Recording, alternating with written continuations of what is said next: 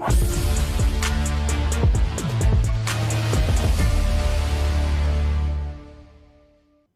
everybody, I am Dr. Siva Kumar from CSC Department VNR VJEC. Today I am going to explain what is asymptotic notations, where we can use all these asymptotic notations. So before we are going to start, what is asymptotic notation? First let them define what is an algorithm. So a finite set of statements that guarantees an optimal solution in finite interval of time. So that is the definition of an algorithm. And when you are executing statement of algorithm, basically we are going to measure that algorithm in two ways. So how much time it is going to take and how much memory we require to execute that algorithm.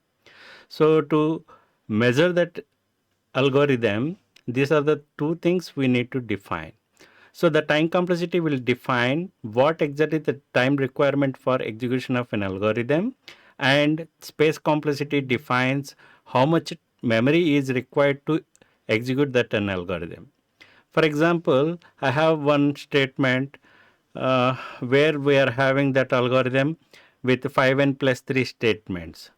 So here, if we are taking n value as very small as 10, so hardly it is going to take 5 into 10, 50 plus 3, 53 steps is required to execute that algorithm. Where n is increasing, for suppose n value is 100, we require 503 steps. If n equivalent to 1000, it is 5003 steps. If n value is 1 lakh, we need to execute 5 lakhs 3 steps. So here n is growing number, so linearly it is growing. So whenever the n is growing linearly, automatically the total number of steps will increase. Because of that number of steps, automatically the time requirement for execution of those steps also will be increased. So we required asymptotic notations to express the time complexities here. So before we are going to start what exactly the asymptotic notation means. So asymptotic notation is nothing but it is a mathematical tool.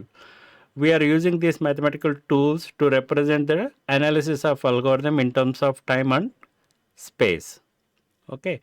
So basically there are three types of asymptotic notations we are using, that is big O notation, omega notation, theta notation.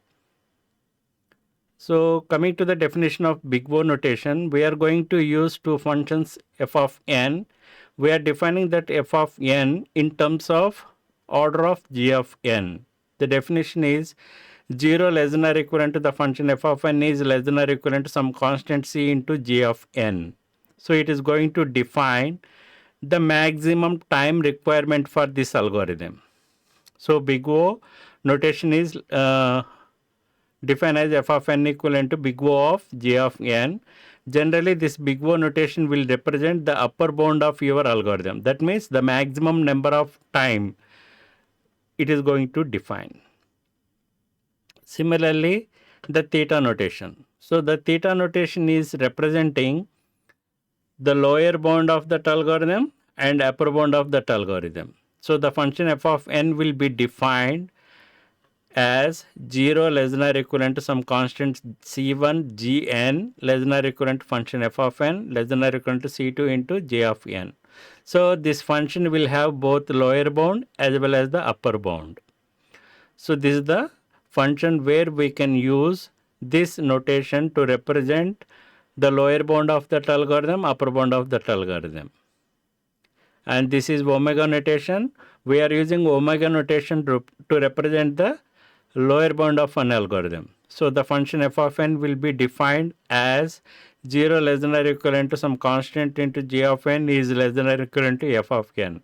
So this is the lower bound of that algorithm f of n.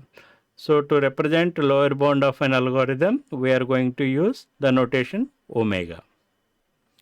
So these are the three notations we are using. Theta notation, where we can define both lower bound and upper bound. And this is big O notation, where we can define the upper bound of an algorithm. And this is omega notation, where we are going to define the lower bound of algorithm. So generally, whenever you are taking some algorithm, generally we will have three different cases. For example, if you are taking linear search on algorithm, so we are getting three cases here. So if the search element is present in the first location of the list, so hardly we required only one comparison to identify that element. So it is called the best case scenario, and we can represent order of 1, because with one step I can able to say it is found in the list. The worst case scenario, when we will get the worst case scenario for linear search, if we are searching some element which is not present in the list, so there the worst case scenario will come. So after comparison of all elements of n in the list, finally we are concluding the element is not present. So in that cases, we require n comparisons here. So the time complexity is order of n. Similarly, the average case. So when you are identifying some element which can be present between second location to n minus 1. So in that case also we require n comparisons. So the average case is also order of n. Coming to the space. So the space requirement is auxiliary space, we require only order of 1. So where exactly this order of 1 is nothing but except for the variable to iterate through the list, no other variable is used. So for each element comparison, it requires order of 1 space complexity. Coming to the binary search. So if you are taking other example for binary search, here also and everybody know about binary search, what is binary search, how exactly we are doing that. So we are finding the middle value every time we are checking with the middle value, then we are moving either left side or right side of the array. So in that case, the binary search algorithm will take the best case is order of 1 if the search element is present in the middle of the list, and the worst case and average case both will take order of log n.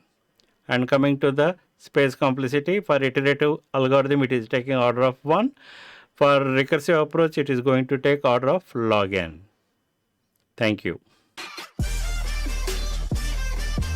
Like, share, comment, and subscribe VNR Digital Learning Resource YouTube channel.